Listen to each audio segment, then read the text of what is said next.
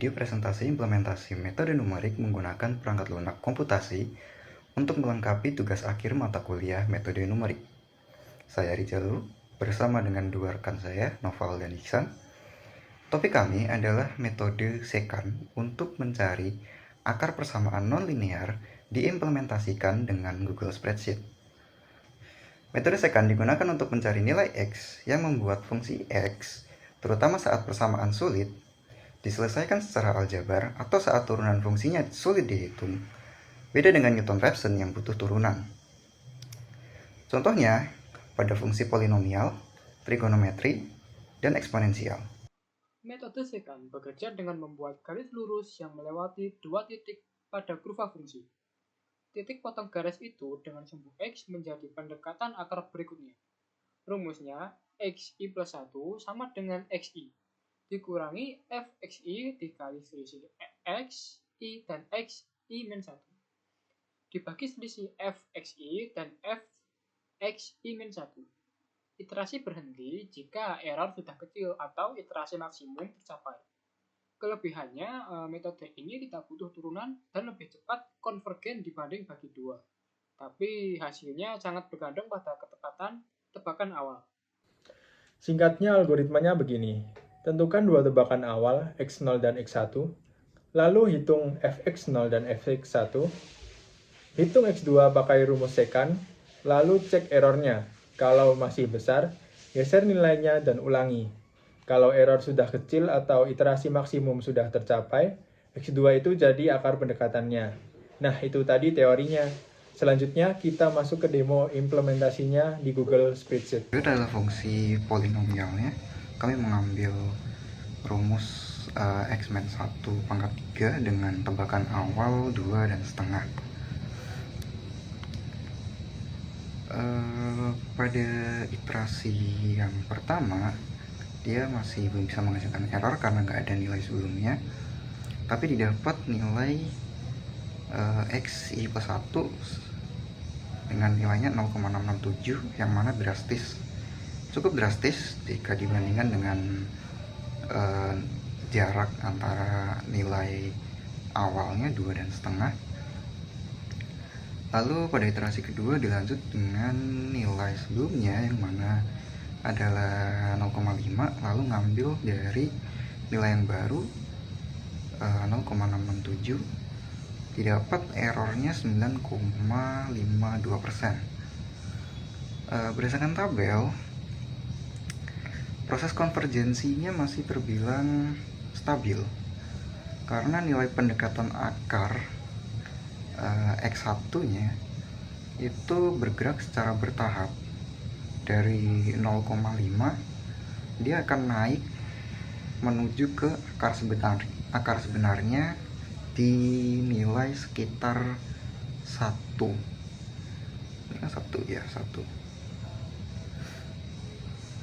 Nah, selama proses iterasi fungsi X1 itu dia akan bergerak mendekati 0. Dia perlahan-lahan bergerak mendekati 0. Nah, ini menunjukkan bahwa solusi yang diperoleh itu semakin dekat dengan akar persamaan.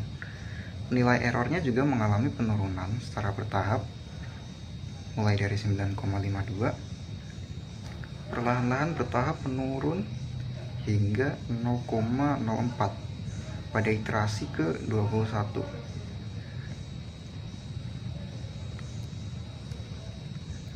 Jika diteruskan pun dia harusnya dapat menuju ke error 0,00.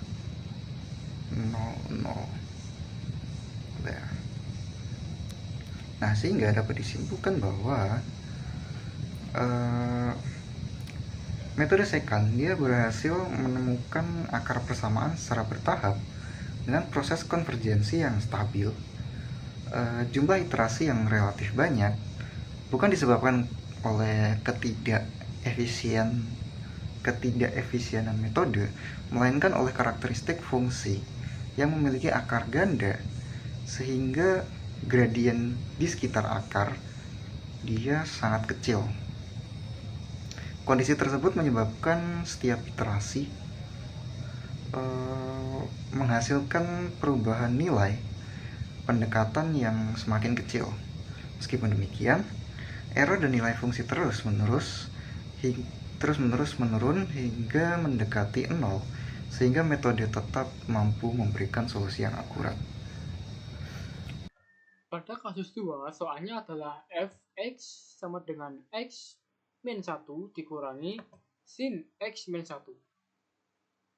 Pada kasus ini digunakan rumus B3 dikurang 1 dikurangi sin B3 dikurangi 1 untuk kolom D, yaitu fxi dikurangi 1. Selanjutnya, untuk kolom E, digunakan rumus C3 kurang 1 dikurangi sin C3 dikurangi 1. Untuk kolom E, yaitu fxi. Rumus ini mengambil nilai dari kolom B dan C, lalu menghitung nilai fungsinya sesuai dengan persamaan matematis yang diberikan, begitu pula pada baris selanjutnya. Lalu pada kolom F, yaitu xi plus 1, digunakan rumus iterasi metode secant untuk mencari nilai x baru, yaitu dengan rumus C3 dikurangi E3 dikali C3 dikurangi B3. Lalu dibagi dengan E3 dikurangi D3. Untuk kolom terakhir, yaitu G, error, digunakan rumus Galat relatif hampiran absolut untuk mengevaluasi tingkat kesalahan. Contohnya pada baris keempat, rumus yang digunakan adalah ABS F4 dikurangi F3 dibagi F4 untuk membandingkan nilai X yang baru dihitung dengan nilai X sebelumnya. Error 0% pada kasus ini diperoleh pada iterasi ke-29 dengan nilai X yaitu 1,002.